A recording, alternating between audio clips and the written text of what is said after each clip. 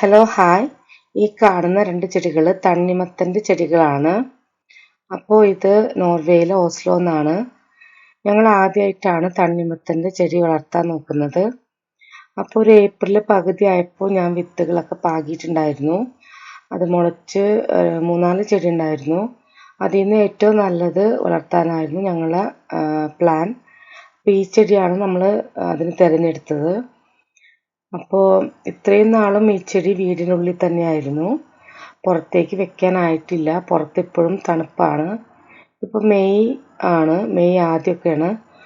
അപ്പോൾ നമ്മൾ ആദ്യത്തെ വിത്ത് പാകിയ ആ പാത്രത്തിൽ നിന്ന് നമ്മൾ വേറൊരു വലിയൊരു പോട്ടിലേക്ക് മാറ്റി നടാണ് ചെയ്യുന്നത്. അപ്പോൾ നമുക്ക് വേണമെങ്കിൽ കുറച്ചും കൂടി അധികം മണ്ണൊക്കെ ഇട്ട് കൊടുക്കാം, വളങ്ങൾ ഇട്ട് കൊടുക്കാം.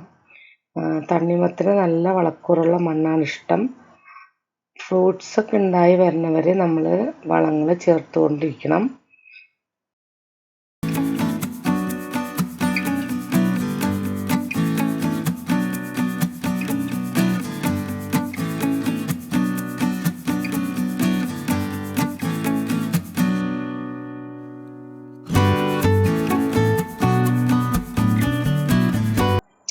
കുറച്ച് ദിവസം കഴിഞ്ഞപ്പോൾ അതിൽ പൂക്കളുടെ മൊട്ടുകൾ വന്നു തുടങ്ങി.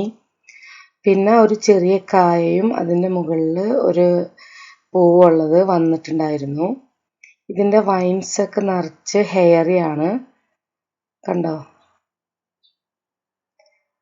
പൂക്കൾ നന്നായിട്ടുണ്ടാവുന്നുണ്ടായിരുന്നു. അപ്പോൾ നമ്മളത് പുറത്തേക്ക് എടുത്ത് വെച്ചു. ഇതിൽ കായകളും ഉണ്ടാവുന്നുണ്ടായിരുന്നു. പക്ഷേ തണ്ണിമത്തൻ വെച്ചിരിക്കുന്ന ആ പോട്ടിൽ ഡ്രെയിനേജ് ഹോൾ ഉണ്ടായിരുന്നില്ല. അപ്പോൾ തണ്ണിമത്തൻ എന്ന് പറയുമ്പോൾ അതിന് എപ്പോഴും വെള്ളം കെട്ടിക്കിടക്കാത്ത മണ്ണാണ് വേണ്ടത്.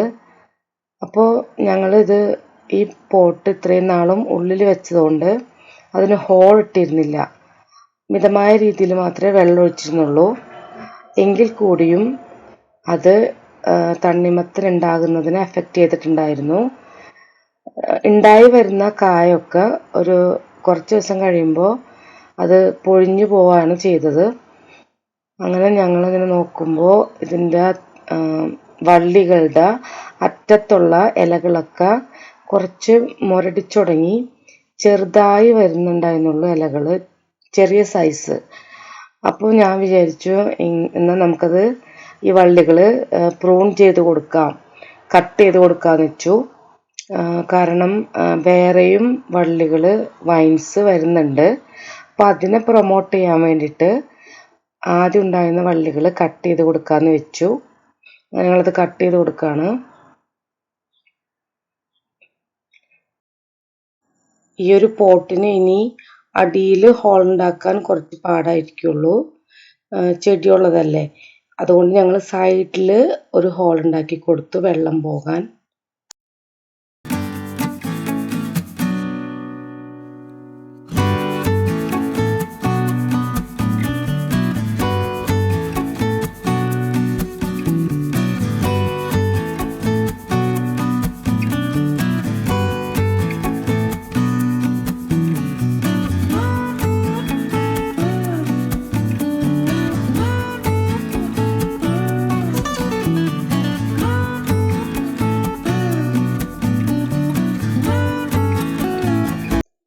അങ്ങനെ തണ്ണിമത്തൻ്റെ ചെടി കുറച്ചും കൂടി ആരോഗ്യം ഉള്ളതായി തീർന്നിരിക്കുകയാണ്. നമ്മൾ പ്രൂൺ ചെയ്ത് കൊടുത്തു. അതുപോലെ പോട്ടിൻ്റെ സൈഡിൽ ഡ്രെയിനേജ് ഹോൾ ഇട്ട് കൊടുത്തു.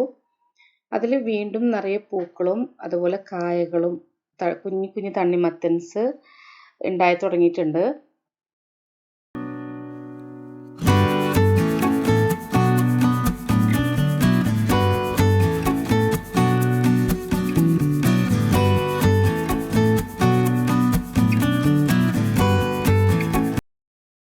അപ്പോൾ ഒരു തണ്ണിമത്തൻ നന്നായിട്ട് വലുതായി വരുന്നുണ്ടായിരുന്നു. അപ്പോൾ ഞങ്ങൾ വിചാരിച്ചു ഉണ്ടായി വരുന്ന ബാക്കിയുള്ള ചെറിയ ചെറിയ കുഞ്ഞി കായകളെല്ലാം നുള്ളിക്കളയാം. കാരണം ചെടിക്ക് ആ ഒരു വലുതായി വരുന്ന ആ ഒരു തണ്ണിമത്തനിൽ മാത്രം എന്താ പറയുക എനർജി കൊടുക്കാലോ എന്ന് വെച്ചിട്ട് നമ്മൾ ബാക്കിയുള്ള ചെറിയ ഇതെല്ലാം നുള്ളിക്കളഞ്ഞു.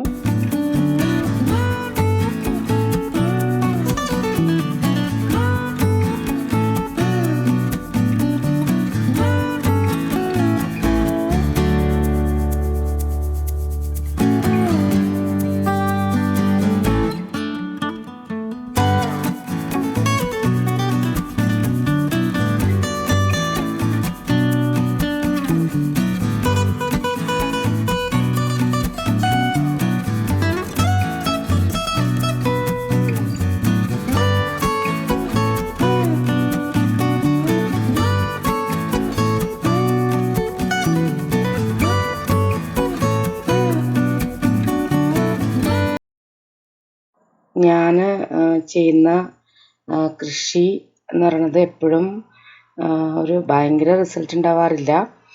കാരണം ഒന്നാമത്തെ കാരണം ഇവിടുത്തെ തണുപ്പാണ്. നമ്മൾ കറക്റ്റ് സമയത്ത് സ്റ്റാർട്ട് ചെയ്തില്ലെങ്കിൽ ഒരു ശരിക്കുള്ള റിസൾട്ട് അതിനുണ്ടാവില്ല.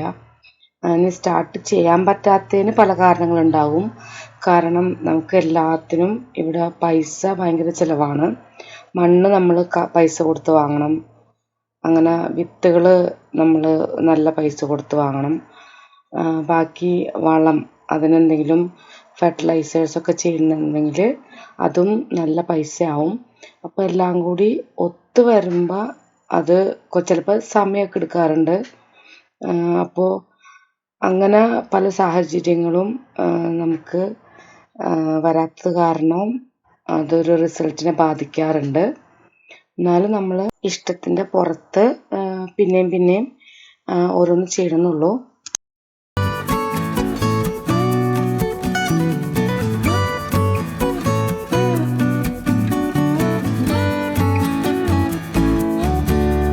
തണ്ണിമത്തൻ ഇത്രത്തോളം വലുതായിട്ടുണ്ട്.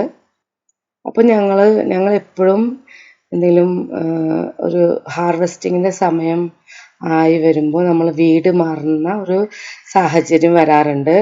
അതുകൊണ്ട് തന്നെ നേരത്തെ നമ്മളത് വിളവെടുക്കാനും ഫോഴ്സ് ചെയ്യപ്പെടും. അപ്പോൾ നമ്മളത് കട്ട് ചെയ്യാൻ പോവാണ്. വലുതായിട്ടില്ല എന്നറിയാം, എന്നാലും കട്ട് ചെയ്തെടുക്കുകയാണ്. കാരണം നമുക്ക് ബാൽക്കണിയൊക്കെ ക്ലീൻ ചെയ്യണം പോകുന്നതിന് മുന്നേ. അത് ഇത്രയും വലുതായുള്ളൂ. കുറച്ച് ദിവസം കൂടി നിന്നിട്ടുണ്ടായിരുന്നെങ്കിൽ നല്ലതായിരുന്നു. ബാൽക്കണി ഗാർഡനിലെ തണ്ണിമത്തൻ ഇത് മുറിച്ച് നോക്കിയാലേ അറിയുള്ളൂ അതിൻ്റെ ഉള്ളിൽ എന്തെങ്കിലും ഉണ്ടോ എന്നുള്ളത്. അത് ഇതുപോലെ ഇനി പച്ചക്കറി ആയിട്ട് കറി വയ്ക്കേണ്ടതെന്ന് അറിയില്ല.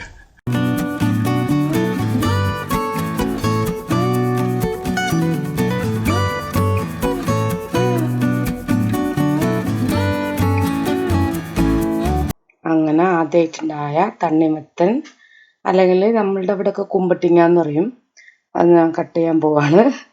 കട്ട് ചെയ്തപ്പോൾ ഉള്ളിൽ ജസ്റ്റ് അത് റെഡായിട്ട് വരണേ ഉണ്ടായുള്ളൂ. പക്ഷേ ഒരു ചെറിയ മധുരം ഉണ്ടായിരുന്നു. അങ്ങനെ തണ്ണിമത്തൻ്റെ കഥ ഇവിടെ അവസാനിക്കുകയാണ്. Thank you.